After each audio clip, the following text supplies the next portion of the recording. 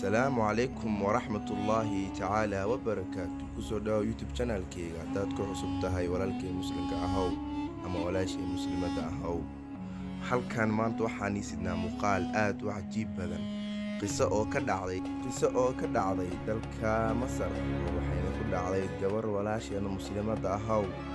qisadan ayaa waxay ahayd markii ay sameyn jirtay waxyaalaha xunxun sida muuqaalada aad iyo aad u cajiib badan dadkana ka yaabiyo qisadan waxay dhacday laba markii koowaad qabrigeeda waxaa laga helay anyax ama tahriib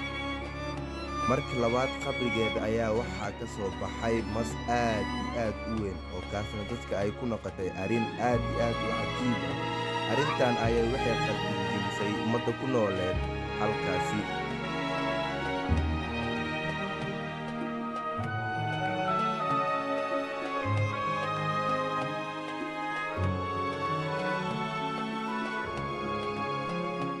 walaashay muslimka how ama walaalkay muslimka waxaan ka camalkaaguna waa inuu hagaagsanaa saad u noqotid janno waxaan kaa codsanayaa salaadaada inaad ilaalisid waqtigaaga aad fiirisid inaad goortaa dhimanaysid janno ogid laakiin waanu keenay waqtigaaga waa inaad ilaalisaa camal saalix waa inaad samaysaa waxaan halkan arki doontiin oo ka dhacayana waa wax xaqiiq oo dhab jira ah waxaan sugaya waa labadaas mitir aad arkaysaan xitaa dhinac oona lagu seexin doono camalkeenu waa inuu hagaagsanaadaa saan u noqono ummadii hore ee eebba soo diray camalkooda u wanaagsanaa anagana inaan u wanaajino walaashay ama walaalkay muslimka ahow